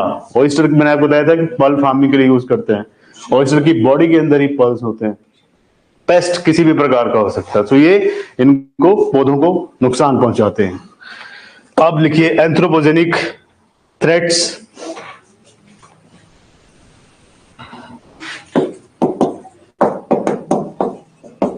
एंथ्रोपोजेनिक थ्रेट्स, एंथ्रोपोजेनिक थ्रेट्स, पहला पॉइंट लिखिए। पहला है एग्रीकल्चर। ज्यादा एग्रीकल्चर लैंड बढ़ाने के लिए मैंग्रोव फॉरेस्ट को काट दिया जाता है। सो फर्स्ट सिंगल पॉइंट लिखिए एग्रीकल्चर, एग्रीकल्चर। दूसरा लिखिए कोस्टल डेवलपमेंट, कोस्टल डेवलपमेंट, तटीय रेखा को और ज्यादा मजबूत बनाने के लिए वहां पे कोस्टल डेवलपमेंट किया जाता है। कोस्टल डेवलपमेंट में टूरिज्म भी आ सकता है एक टाइप से।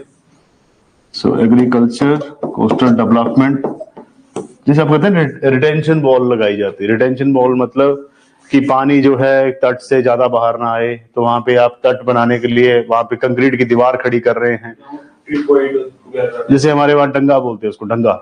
डंगा मीन्स मतलब फॉर एग्जाम्पल एक आपका मान लीजिए स्लोप है ना, स्लोप, जैसे स्लोप यहाँ से रास्ता जा रहा है, रोड जा रहा है आपका, अब ये स्लोप से पत्थर गिरते रहते बार बार, तो आप क्या करेंगे, यहाँ पे एक रिटेंशन वॉल ऐसे लगा देंगे, खड़ी कर देंगे। तो रिटेंशन वॉल कैसे लगेगी, पहले आपको पूरा का पूरा वॉल को क्लियर करना पड़ेगा, मतलब आपको ये पूरा फॉरेस्ट कट करना पड़ेगा, तभी आप रिटेंशन वॉल लगा सकते हैं। तो कोस्टल डेवलपमेंट से भी इसको बहुत ज्यादा फर्क पड़ता है। एक मिनट रुकना, एक मिनट।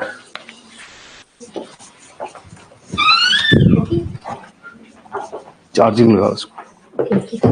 ब्रेकफास्ट कर लिया मैं तो, बिना ब्रेकफास्ट चार्जिंग लगा दूं। दिनों में बारिश नहीं होती, नहीं होती बारिश।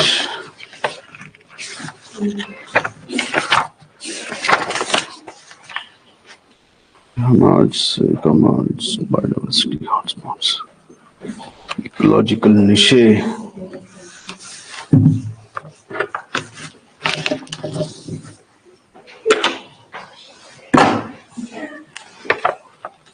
की गल होगी।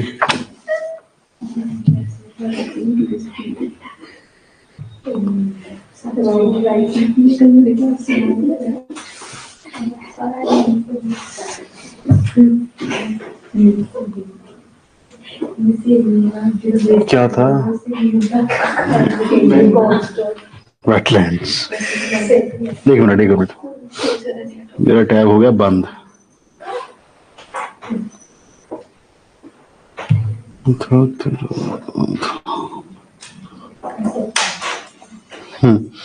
नेक्स्ट है श्रिम्प फार्मिंग। क्या होता है श्रिम्प? थर्ड पॉइंट लिखिए श्रिम्प फार्मिंग। पहले पॉइंट सारे लिख लो इससे पहले कि ये भी बंद हो जाए फोन भी। नेक्स्ट है charcoal and lumbar industry. Charcoal and lumbar, lumbar का मतलब होता है, लंबरिंग का मतलब होता है, क्या मतलब होता है, फर्नीचर, फर्नीचर एक टाइप से, लंबरिंग इंडस्ट्री।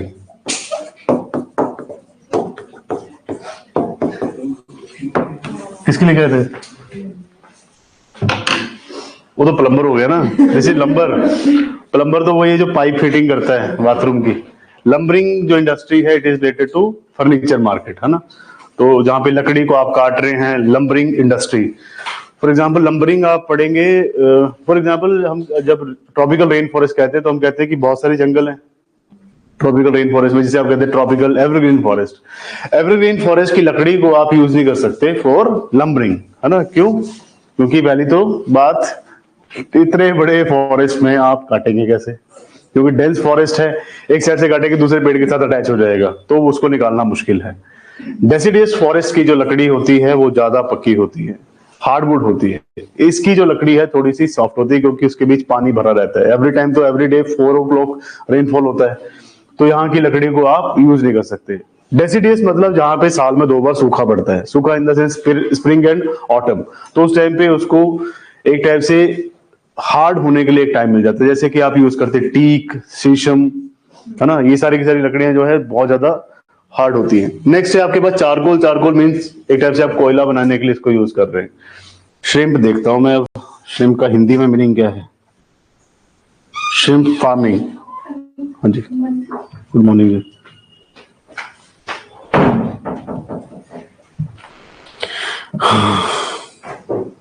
हाँ मेरे को पता था इसका नाम, ये एक टाइप से मछली है, मछली, पर नाम इसका याद नहीं आ रहा। इसको झींगा, झींगा मछली। झ कैसे लिखते हैं? ओ यार, हिंदी वाला, हाँ हिंदी वाला, अरे यार लिखना, झींगा, झींगा मछली, झींगा। ई बनाना ना इसका।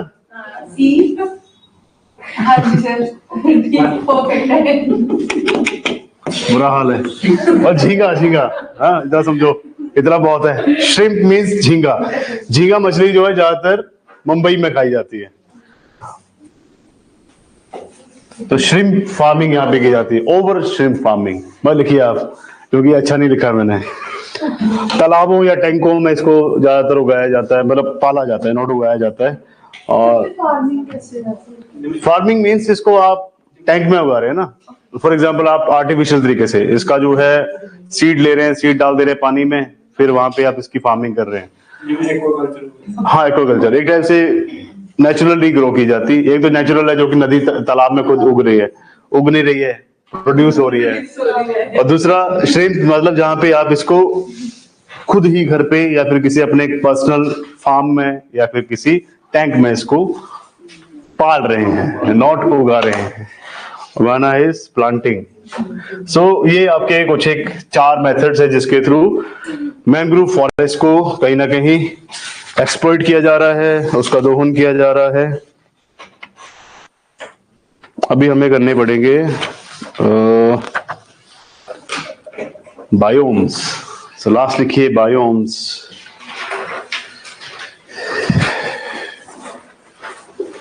Biomes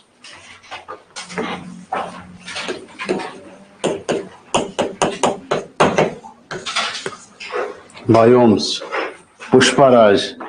Andhra Pradesh shrimp farming बहुत होती है। ज्योग्राफी की भी हो जाएगी क्लास स्टार्ट, पहले इन्वायरमेंट कंप्लीट कर लो, है ना। Next biomes.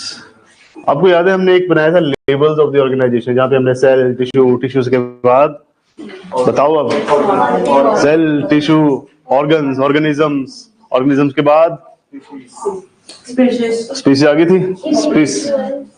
Community, population, individual, species, population पहले नहीं आएगी। स्पीशीज के बाद population, species, population, community, community के बाद इकोसिस्टम, इकोसिस्टम, फिर बायोम्स, फिर biomes, biosphere. Earth and universe. तो हमने लास्ट जो पार्ट है दैट इज बायोम। बायोस्फीयर हम करेंगे बायोडाइवर्सिटी जब आ जाएगा। तो हम लास्ट टॉपिक करने जा रहे हैं उसी ऑर्गेनाइजेशन का। बायोस्फीयर हम कर लेंगे बायोडाइवर्सिटी में, राइट। तो लेके चलिए आपकी स्पीसीज से हमने स्टार्ट किया था, बायोम्स तक पहुंच गए, तो बायोम्स के बारे में ही डिस्कशन करेंगे। 1 मिनट रुकिए, इसलिए मैं पीडीएफ आपको भेज नहीं रहा हूँ। सब पीडीएफ मांग रहे हैं मेरे से, और पीडीएफ का प्रॉब्लम क्या है, पीडीएफ में सब टॉपिक आगे पीछे है।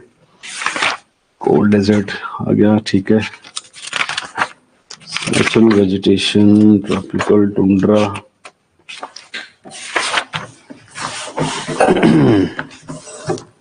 टुंड्रा पहले नहीं आ सकता, tropical evergreen, savanna, natural vegetation,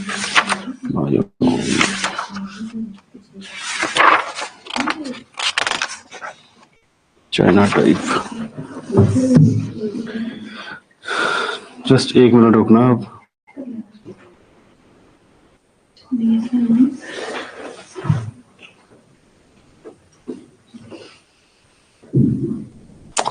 सो आपके पास बायोम्स 2 प्रकार के हैं।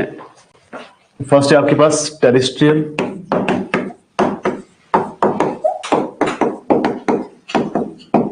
टेरेस्ट्रियल मतलब टेरिटरी, टेरिटरी मतलब लैंड। दूसरा आपके पास एक्वेटिक,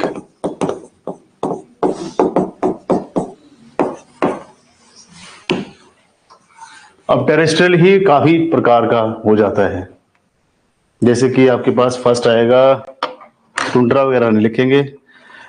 फॉर एग्जाम्पल इसको हटा देते हैं पहले एक्वेटिक को, क्योंकि मुझे ये अच्छा नहीं लग रहा है यहाँ पे, क्योंकि अगर ये बीच में आएगा तो ये बहुत मेरे को परेशान करेगा।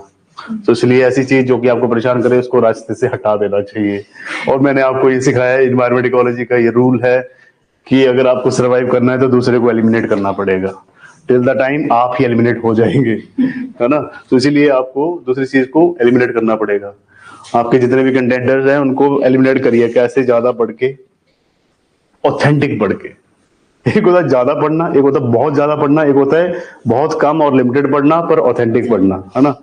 लिमिटेड टाइम में जो चीजें आपको ज्यादा ग्रैब कर पाए आप, जैसे कि कुछ व्यक्ति जो हैं, व्यक्ति विशेष, ये विशेष व्यक्ति होते हैं, इनको स्पेशल पर्सन कहा जाता है। एक होता है दिव्यांगजन, और तो चलो दिव्यांगजन है, पर एक स्पेशल कैटेगरी आती है जो सब कुछ पढ़ते हैं पर जो उस पढ़ने में से जो पढ़ना चाहिए वो नहीं पढ़ते हैं, है ना। फॉर एग्जाम्पल आप हिस्ट्री पढ़ रहे हैं, आप स्टोरी पूरी पढ़ेंगे पर उसमें जो मेन कैरेक्टर्स हैं, जो आपको डेट याद रखनी है, ईयर याद करने, वो याद कर, उससे पूछेंगे तो नहीं पता, पर उससे बीच में कोई स्टोरी होगी, है ना, वो याद रहती है। जैसे हर्षवर्धन की जो मैंने आपको स्टोरी बताई थी, है ना, राज्यश्री, वो पूरी स्टोरी याद है, पर अगर मैं उनसे पूछूं कि हर्षवर्धन कब से कब तक था, फिर दिक्कत हो जाएगी। अब ऐसे साइंस एंड टेक्नोलॉजी में जैसे कि ईवी के ऊपर मैं बात करूं तो मैं इलेक्ट्रिक व्हीकल पॉलिसी पूछूंगा तो वो नहीं पता होगी पर उस इलेक्ट्रिक व्हीकल के आप पूछ लीजिए, फलानी गाड़ी आई है, फलानी गाड़ी है, फलानी गाड़ी आई है ना। सोलर पैनल्स के बारे में पूछूंगा तो सोलर पैनल का अगर मैं पूछता हूँ कि नेशनल सोलर मिशन क्या है तो वो नहीं पता होगा, बट इतना जरूर पता होगा सोलर पैनल्स में ये काम हो रहा है, वैसा काम हो रहा है, 80% सब्सिडी मिलती है ना, इलेक्ट्रिसिटी बेच भी सकते हैं, क्योंकि वो चीजें जनरल थी। और जो मेन आइडिया था नेशनल सोलर मिशन, उसका बजट कितना है, कब लॉन्च किया गया, कितना पैसा गवर्नमेंट दे रही है और कितने फेज तक चलेगा, और गवर्नमेंट का 2030 तक का टारगेट क्या है, ये मेन पार्ट्स हैं। तो स्टोरी लाइन पूरी पढ़नी है बट जो मेन चीज है वो नहीं पढ़ते। और ट्राई करिए कि कीवर्ड्स के हिसाब से याद रखिए, सारी चीजें भी नहीं लिखनी होती एग्जाम में, तो कीवर्ड्स ही आपको बचा पाएंगे। सो बायोम्स में आपके पास टेरेस्ट्रियल है, टेरेस्ट्रियल में 3 प्रकार के बायोम्स है, सारा ही नीचे आ गया।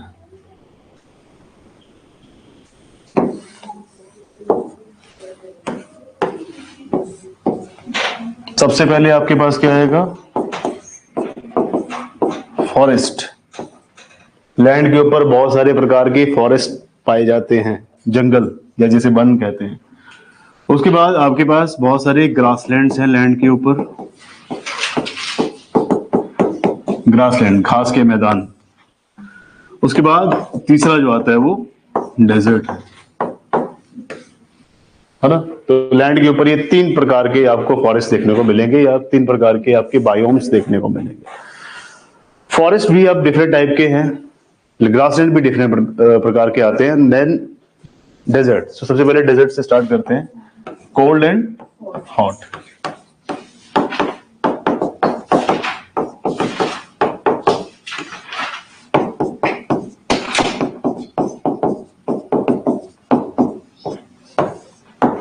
देन ग्रासलैंड, कितने प्रकार के हैं ग्रासलैंड? ग्रासलैंड कितने प्रकार के हैं? इंडिया में कौन से पाए जाते हैं? मैंने कराया आपको सवाना ग्रासलैंड्स, और सवाना इज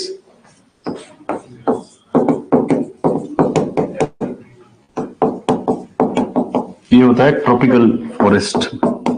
ट्रॉपिकल एरिया में जो ग्रासलैंड पाया जाता है उसको कहते हैं सवाना ग्रासलैंड। एग्जाम्पल बन्नी ग्रासलैंड, इंडिया का बन्नी ग्रासलैंड।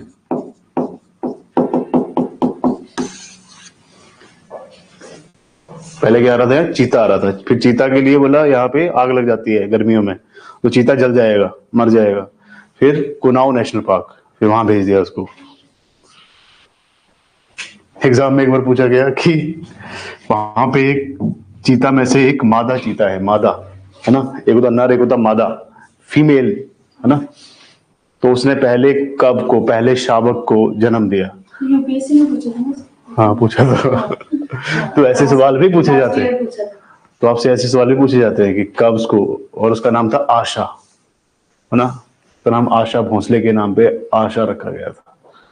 तो ऐसे एग्जाम में पूछे जाते हैं क्वेश्चंस, तो इसलिए ध्यान रखिए करंट अफेयर के ऊपर। तो सवाना टाइप का जो ग्रासलैंड है वो ट्रॉपिकल एरिया में पाया जाता है, भारत में बनी ग्रासलैंड है। और कितने प्रकार के होते हैं ग्रासलैंड्स? टेम्परेट भी होते हैं सच में टेम्परेट।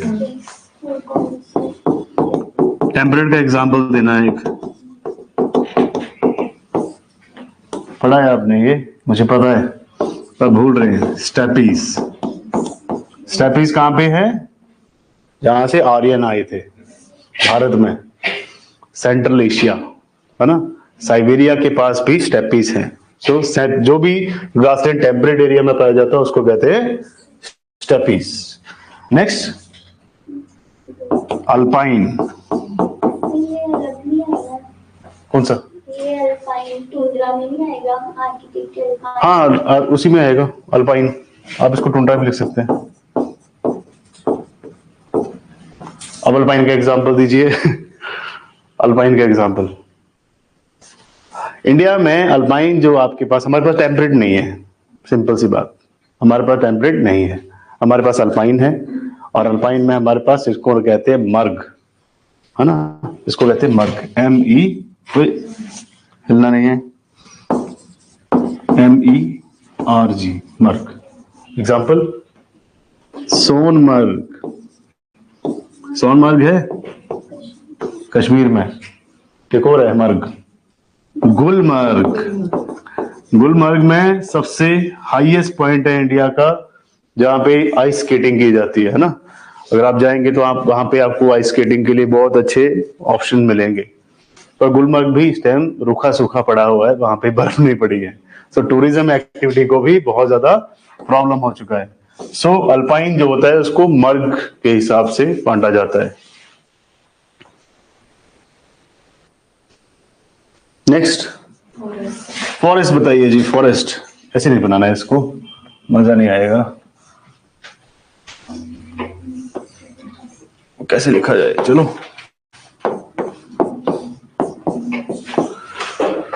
फॉरेस्ट कितने प्रकार के होते हैं भारत में? भारत को कहीं भी किसी भी बायोम में अगर हम बात करें, ट्रॉपिकल,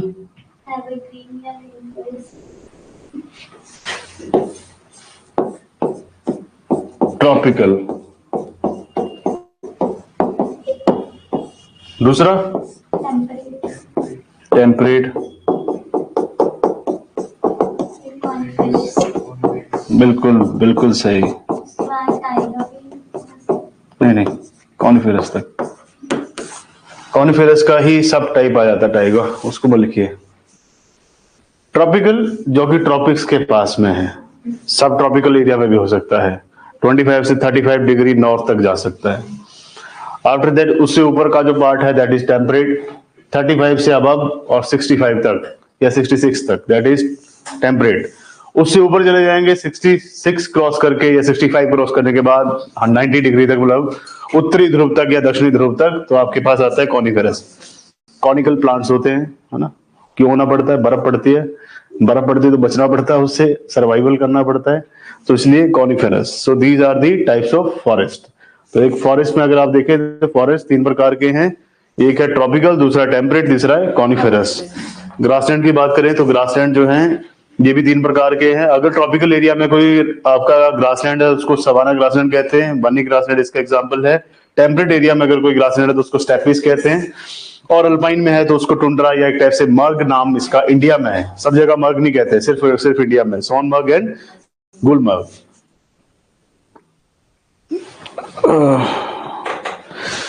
अल्पाइन को वैसे इंग्लिश में कहते हैं, नाम नहीं याद आ रहा मुझे, अंग्रेजी वालों बताओ, नाम है इसका अल्पाइन मीडोज।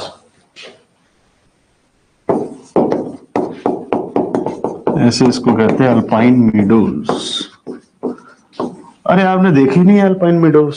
अल्पाइन मीडोज का मतलब क्या होता है कि खजियार गए, खजियार नहीं गए। पहलगाम गए? पहलगाम नहीं गए, घुमाना पड़ेगा आपको, भारत दर्शन कराना पड़ेगा। सिंपल समझिए कि बहुत ज्यादा डेंस फॉरेस्ट है। फॉर एग्जाम्पल ऋषि कपूर की कोई पिक्चर ढूंढिए, डफ अली वाले, है ना, उसमें क्या चारों तरफ से जंगले जंगल है, मतलब वहां पे आपको कॉनिकल प्लांट्स देखने को मिल रहे हैं, मतलब वहां पे आपको देवदार के पेड़ दिखे, बीचों बीच एक ग्रीन घास का मैदान होता है ना, उसको कहते हैं अल्पाइन मीडोज। समझ गए? हाँ बिल्कुल सही, जहाँ पे हीरोइन जो है वो साड़ी डाल के बिल्कुल उसका इंतजार कर रही हो, तू आजा आजा, और बोल रहा मैं आया आया, और डफली बजा रहा होता है, चारों तरफ फॉरेस्ट होता है ना, और एक ग्रासलैंड होता है। जैसे कि आप समझिए जैसे यहाँ पे पोलो नहीं, जहाँ पे कौन सा होता है, गोल्फ खेला जाता है, तो गोल्फ के जो मैदान होते हैं वहां पे ग्रास होती है सारी, है ना, तो ऐसा उसको कहते हैं अल्पाइन मीडोज। गुलमर्ग में भी ऐसा ही है, चारों तरफ आपको फॉरेस्ट में देखने को मिलेगा, प्लेन एरिया है पूरा का पूरा, पहाड़ जो है पूरा का पूरा प्लेन है, ग्रासेस उग रखी है, उन ग्रासेस के ऊपर जब बर्फ पड़ती है तो वो पूरा का पूरा प्लेन एरिया है, तो वहां पे अगर आप स्केटिंग करेंगे तो आप कहीं भी पेड़ के साथ नहीं लगेंगे, या पेड़ आपको रोकेगा नहीं। सो इसलिए इसको अल्पाइन मीडोज कहते हैं, मर्ग कहते हैं, मतलब घास का मैदान जो कि अल्पाइन एरिया में है। अब इसको समझने से पहले आपको बताना चाहिए था, ये थोड़ा सा गोला खराब हो गया।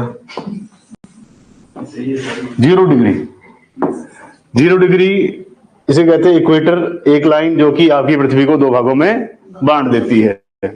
ऊपर वाला बन जाता है नॉर्दर्न हेमिस्फीयर, नीचे वाला बन जाता है साउदर्न हेमिस्फीयर। अब इसी के बीचों बीच एक और लाइन खींच देंगे, ऊपर भी एक लाइन खींच देंगे, है ना। ऊपर वाली लाइन का क्या है मतलब,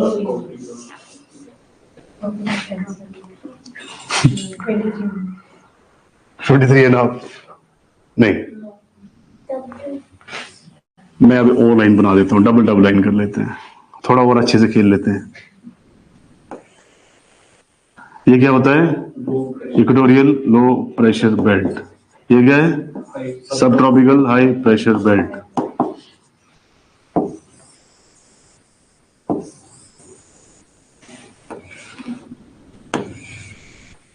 दिस इज सब पोलर लो प्रेशर बेल्ट, सब polar low pressure belt, this is polar high, ये भी पोलर हाई। मैं आपको प्रेशर बेल्ट नहीं पढ़ा रहा हूं, सिंपल समझाने के लिए। इक्वेटर के 10 डिग्री ऊपर 10 डिग्री साउथ, उसको क्या कहेंगे, 10 डिग्री नॉर्थ 10 डिग्री साउथ, इसको कहते हैं equatorial low pressure belt. 25 degree से 35 डिग्री साउथ, 25 डिग्री से 35 डिग्री नॉर्थ, ये होता है सब ट्रॉपिकल हाई प्रेशर बेल्ट। अब ये जो एरिया है ना, ये दिस एरिया, ये कौन सा एरिया है, इक्वेटोरियल एरिया। सो ये भूमध्य रेखा का भूमध्य क्षेत्र है ना, यहाँ पे सूर्य की किरणें डायरेक्ट पड़ती हैं, daily high heat and humidity रहती है, तो यहाँ पे फॉरेस्ट कैसा पाया जाएगा, इसके अराउंड रेन फॉरेस्ट, मतलब यहाँ पे बारिश होती रहती है ना। वर्षा वन है ये, वर्षा वन का मतलब क्या है कि एवरीडे बारिश होती है, और यहाँ पे आपको ग्रीन फॉरेस्ट देखने को मिलेगा। यहाँ के पेड़ एक बार भी पत्तियां नहीं गिराते पूरे साल में, क्योंकि वक्त ही नहीं मिलता पत्तियां गिराने को क्योंकि यहाँ पे सूर्य भी नहीं हटता है इनको रोशनी देने से, ना पानी हटता है इनको बारिश देने से, तो एवरीडे यहाँ पे रेनफॉल होता रहता है। सब tropical high pressure belt 25 degree north से लेके 35 डिग्री नॉर्थ ही है, साउथ नीचे आएगा। तो सब ट्रॉपिकल हाई प्रेशर बेल्ट, ये कौन सा एरिया है, ये इक्वेटोरियल और ट्रॉपिकल, इन दोनों के बीच का एरिया है। सो जिसको इस यहाँ पे फॉरेस्ट कौन सा पाया जाएगा,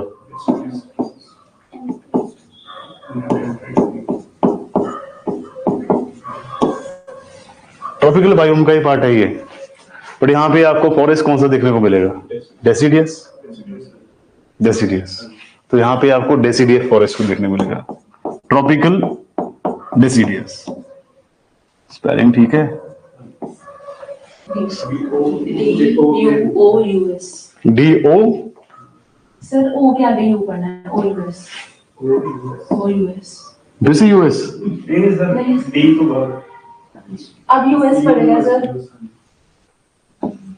ऐसे हाँ जी, डेसिडियस, ऐसे ही सर, यही नहीं है, OUS DI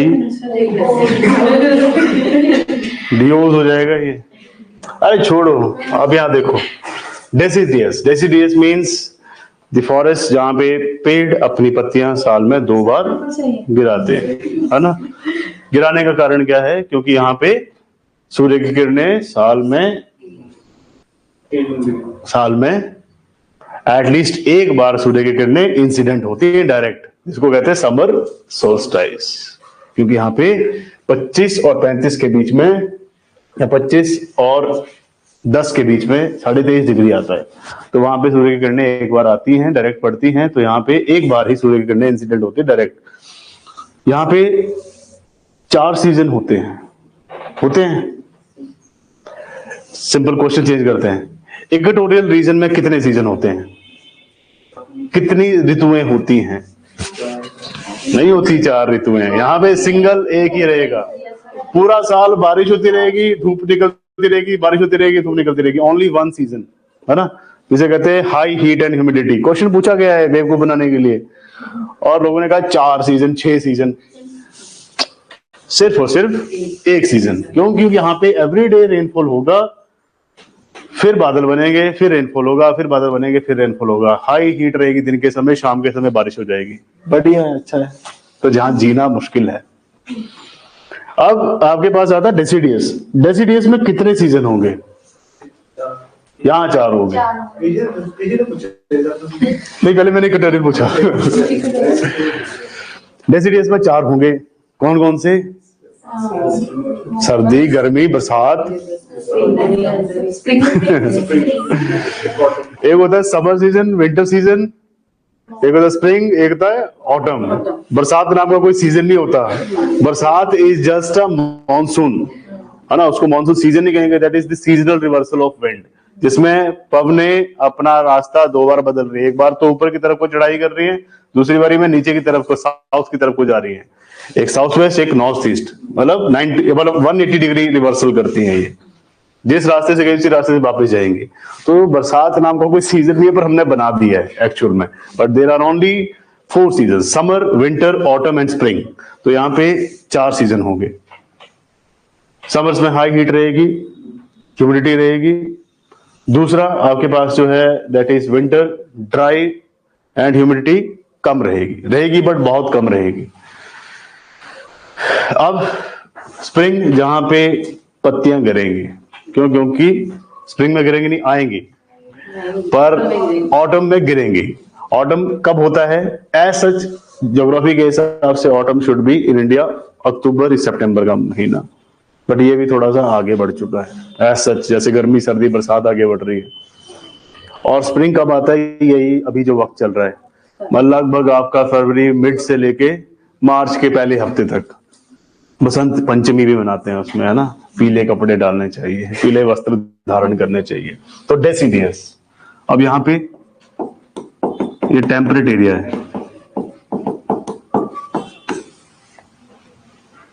temperate area, temperate में क्या होएगा?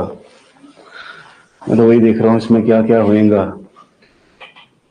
Rain forest lies in 0 to 10, मतलब वही बिल्कुल एग्जैक्ट 0 डिग्री से लेके 10 डिग्री तक आपका रेन फॉरेस्ट रहेगा। अब बताइए 35 से लेके 60 के बीच में क्या क्या आएगा?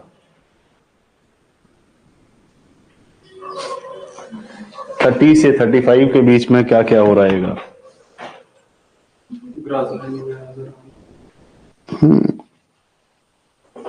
यहां पे भी आएगा ग्रासलैंड।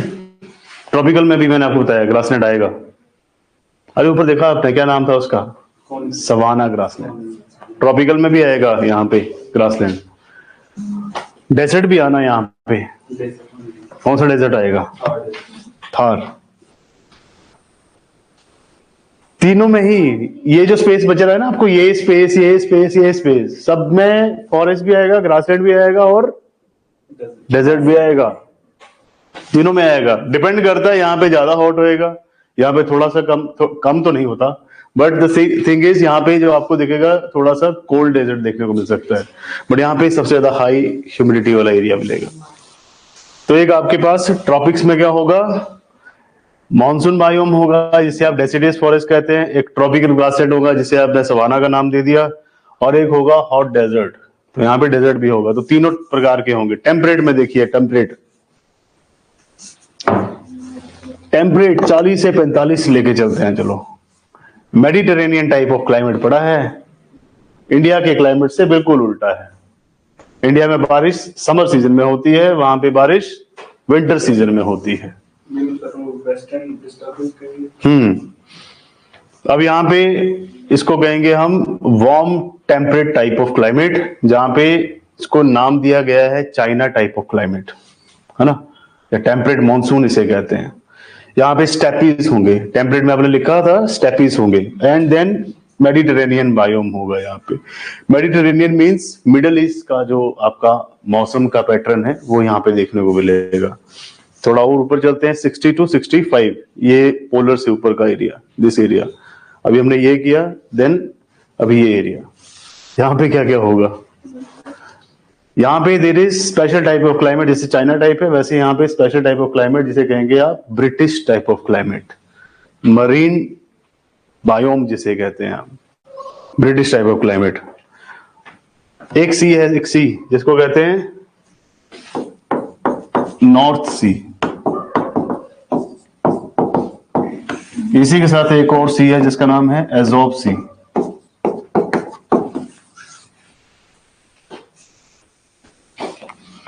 ये कनेक्ट करते हैं रशिया को, रूस को। रशिया के पास अपना कोई समंदर है, उन पर कब्जा कर रिसर्च अभी किया है, बट पहले था कोई उनके पास। किसी भी कंट्री को ग्रो करना है उसको क्या करना पड़ेगा, उसके पास फ्रंटियर एरिया होना चाहिए, फ्रंट होना चाहिए। फ्रंट इन द सेंस आप पूरे देश के साथ विदेश के साथ जुड़ पाए, है ना। हमारे पास क्या है, इंडियन ओशन, उसी को बार बार घुमा फिरा के पूछते रहते हैं। डियागो गार्सिया ब्रिटिशर्स का है, अमेरिका ने रेंट पे ले रखा है, और वहां पे उन्होंने नेवल शिप लगा रखी है, इंटरनेशनल रिलेशन, सब जगह ये घुमाते रहते हैं क्वेश्चन। बट यहाँ पे आप देखे चलिए कि दो चीज है, अभी दोनों जो हैं किसको ऐड कर रहे हैं, ये रशिया के साथ कनेक्टेड है, राइट। अब रशिया को रूट कहां से मिलेगा, जब ये दोनों ऑल द टाइम क्या रहेंगे, कनेक्टेड रहेंगे, मतलब ये दोनों सी कभी भी बर्फ से जमने नहीं चाहिए। अब इसी के लिए एक करंट जो है, इसको हमेशा ओशन करंट है, वार्म करंट है, जो कि हमेशा इस सी को throughout the year freeze नहीं होने देता है, क्योंकि वो जो वार्म ओशन करंट है ये नॉर्थ सी की तरफ जाता है, एज़ोव सी की तरफ जाता है, और ये कभी मेल्ट, मतलब कभी भी ये वो नहीं होता, फ्रीज नहीं होता, तो इसको मेल्ट करके रखता है। तो आपने मुझे कल ये ओशन करंट बताना है कि विच ओशन करंट, हाँ जी, कि कौन सा ओशन करंट है जो नॉर्थ सी को और एज़ोव सी को पूरा साल कनेक्टेड रखता है, मतलब रशिया के साथ, जो कि इसको जमने नहीं देता, बर्फ से एक टाइप से फ्रीज नहीं होने देता। सो यहाँ पे ब्रिटिश टाइप ऑफ क्लाइमेट आपको देखने को मिलेगा। एक आता है बोरियल टाइगा बायोम, यहाँ पे देखने को मिलेगा। एक एवरग्रीन कॉनिफेरस फॉरेस्ट यहाँ पे देखने को मिलेगा, और एक और है mixing of warm and cold current जिसे कहते हैं Laurentian type of climate. Cool temperature होता है यहाँ पे ज्यादातर, तो ये हम करेंगे नेक्स्ट टाइम ही, क्योंकि मुझे आपको सिंपल ये समझाना है कि आपके पास जितने भी टाइप के ये बायोम्स हैं, फॉर एग्जांपल चाहे आपके पास एक मिनट चाहे आपके पास डेजर्ट्स हैं, चाहे आपके पास ग्रासलैंड्स हैं, चाहे फॉरेस्ट हैं, ये अलग अलग प्रकार के हैं। पहला डेजर्ट दो प्रकार के होते हैं, मैं इसके एग्जांपल दे देता हूँ। पहला होता है कोल्ड, कोल्ड मतलब आपका लेह लद्दाख रीजन, लेह लद्दाख जो है ये ठंडा मरुस्थल है। हॉट डेजर्ट आपको पता है आपके पास सिर्फ एक ही है, थार मरुस्थल, जो कि राजस्थान में है। Grassland, savanna grassland, tropical grassland, जो कि बन्नी ग्रासलैंड, कहाँ पे ये, गुजरात में है। तो गुजरात में ये घास के मैदान पाए जाते हैं। नेक्स्ट है हमारे पास टेम्परेट। टेम्परेट का मतलब क्या है, जिनका लैटिट्यूड कहां पड़ता है, 35 से लेके 65 के बीच में, या 35 से लेके 60 डिग्रीज के बीच में जो आपका है, दैट इज टेम्परेट। यहाँ पे steppes means this are the grasslands. Next है आपके पास अल्पाइन। अल्पाइन मींस जहां पे आपके पास टुंड्रा टाइप ऑफ वेजिटेशन है। अल्पाइन मींस जहां पे आपका जो कोऑर्डिनेट्स है, कोऑर्डिनेट कह सकते हैं, जहां पे आपके एल्टीट्यूड की हाइट 4500 मीटर से अब चली जाती है, that is alpine. Alpine means tundra type of आपका क्लाइमेट। यहाँ पे आपको मर्ग्स देखने को पड़ेंगे। मर्ग्स मींस ग्रासलैंड्स। और ग्रासलैंड होता है कि जैसे सोनमर्ग है, जैसे गुलमर्ग है, these are the temperate type of grasslands, या जिसे अल्पाइन मीडोज भी कहते हैं। बहुत जगह बुक्स में आप पढ़ेंगे अल्पाइन मीडोज, तो मैंने इसका एग्जांपल बहुत अच्छे से आपको दे दिया है बॉलीवुड के साथ कनेक्ट करके, आप कभी नहीं भूलेंगे। नेक्स्ट आपके पास है फॉरेस्ट। फॉरेस्ट की अगर हम बात करें तो फॉरेस्ट आपके पास 3 प्रकार के हैं। पहला है आपके पास ट्रॉपिकल, मतलब उष्ण कटिबंधीय। उष्ण कटिबंधीय मींस ऐसा एरिया जो कि ट्रॉपिकल एरिया में आता है, राइट। ट्रॉपिकल एरिया का मतलब क्या है, जो कि Tropic of Cancer, Tropic of Cancer और कैप्रिकॉर्न। तो ऐसा क्लाइमेट जो कि ट्रॉपिक ऑफ कैंसर और ट्रॉपिक ऑफ कैप्रिकॉर्न के अराउंड आपको देखने को मिलेगा, उसे कहेंगे tropical type of climate. Next आपके पास टेम्परेट। टेम्परेट का मतलब क्या है, जहां पे आपके कोऑर्डिनेट्स हुए हैं 40, या सिंपल आप लेके चलिए इसको 35 डिग्री से अबव, 40 डिग्री टू 60 डिग्री लेके चलिए इसको। 40 टू 60 डिग्री जो है आपके पास टेम्परेट है। और टेम्परेट में आपको मैंने बता दिया कि ये ऐसे प्रेशर बेल्ट के हिसाब से अरेंज है। प्रेशर बेल्ट अगर आपको पढ़ाने बैठूंगा बहुत मुश्किल हो जाएगी। सिंपल समझिए कि 40 टू 60 के बीच में। कॉनिफेरस जो है ये 60 से लेके लगभग आपका 90 लेके चलिए। 90 में तो वैसे कोई टाइप का क्लाइमेट, कोई टाइप का फॉरेस्ट है ही नहीं। ये मैक्सिमम जाएगा 75 डिग्री तक, 60 टू 75 EIT। यहाँ पे कॉनिफेरस फॉरेस्ट देखने को मिलेगा। कॉनिफेरस मींस जैसे कि आपके ओक ट्रीज हैं, मैपल है, चीड़ है, देवदार है, पाइन है, ये सारे के सारे जो हैं कॉनिफेरस फॉरेस्ट में ही आते हैं। कुछ और रहता है बाकी ये पता करिए नॉर्थ सी और एजॉफ सी का। ऑल दो इनके पास नॉर्थ सी एजॉफ सी था, पर फिर भी इनको परेशान किया जा रहा था। परेशान होने के बाद इन्होंने फिर वॉर ही छेड़ दी। ऐसा होता है। सो अभी के लिए इनफ है इतना। मैं आपको ये टेरेस्ट्रियल बायोम बाद में कराऊंगा। स्टार्ट करेंगे हम ट्रॉपिकल रेन फॉरेस्ट से। ट्रॉपिकल रेन फॉरेस्ट हो जाएगा, फिर ट्रॉपिकल डेसिडियस बायोम, फिर उसके बाद टेम्परेट, फिर टुंड्रा। टुंड्रा या फिर जिसे आप कह रहे हैं क्या था, कॉनिफेरस, अल्पाइन या कॉनिफेरस, उसको हम करेंगे।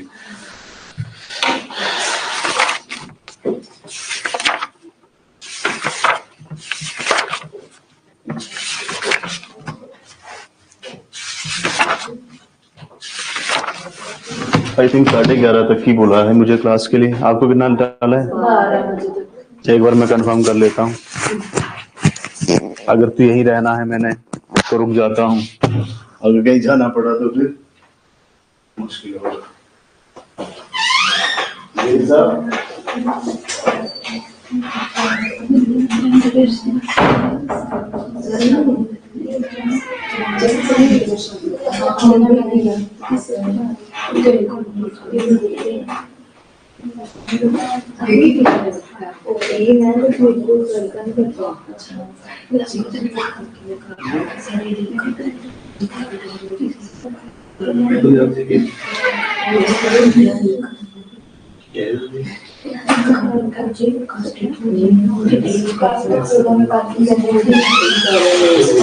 क्लास से हम एंड कर रहे हैं अभी 11:30 तक, क्योंकि कहीं और भी जाना पड़ेगा। राइन रिवर कहाँ के क्या लिख रहे हैं करती है सर? 23:30, 23:30। डलहौजी भी इतना है, बिल्कुल ये कह रहे हैं। डलहौजी भी इतना है, खजियार भी इतना है, जो मैं बता रहा था पॉइंट मीडोज। तो डलहौजी खजियार ऐसा ही है, बिल्कुल बिल्कुल। सो अभी आपकी क्लास कल करेंगे स्टार्ट अगेन। टेरेस्ट्रियल में ट्रॉपिकल, टेम्परेट है, लास्ट आपके पास कॉनिफेरस, ये कल करेंगे। फिर तुम देख लिया करो।